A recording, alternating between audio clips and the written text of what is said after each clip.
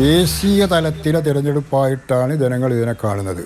ചോദ്യം അവരുടെ മുമ്പിലുള്ളത്, മത്സരം അവർ കാണുന്നത് വർഗീയതയുടെ പ്രത്യയശാസ്ത്രം തോൽക്കുകയും മതേതര ജനാധിപത്യത്തിൻ്റെ പ്രത്യയശാസ്ത്രം ജയിക്കുകയും ചെയ്യണം എന്നവർ കാക്ഷിക്കുന്നു. ആ നിലയ്ക്ക് വോട്ടുകൾ ചെയ്യപ്പെടുകയാണെങ്കിൽ, വോട്ട് രേഖപ്പെടുത്തപ്പെടുകയാണെങ്കിൽ കേരളത്തിൽ UDFന് വ്യക്തമായ മേൽക്കൈ എന്തായാലും ലഭിക്കും.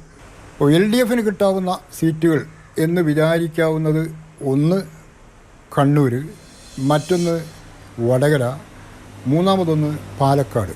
അതാണ്. അതുപോലെ മറുഭാഗത്ത് BJP ഉണ്ട്. BJPക്ക് കടുത്ത മത്സരം നടത്താവുന്ന 3 സീറ്റെങ്കിലും ഇപ്പോഴുണ്ട്. അത് ആറ്റിങ്ങൽ അതിൽപ്പെടും, തിരുവനന്തപുരം അതിൽപ്പെടും, അതുപോലെ തൃശ്ശൂരും പെടും. ഇങ്ങനെയൊക്കെയാണെങ്കിലും എൻ്റെ കണക്കുകൂട്ടലനുസരിച്ച് 17 സീറ്റിൽ UDF ജയിച്ചു കയറാനുള്ള സാധ്യത ഇന്നത്തെ അവസ്ഥയിൽ കേരളത്തിൽ നിലനിൽക്കുന്നുണ്ട്.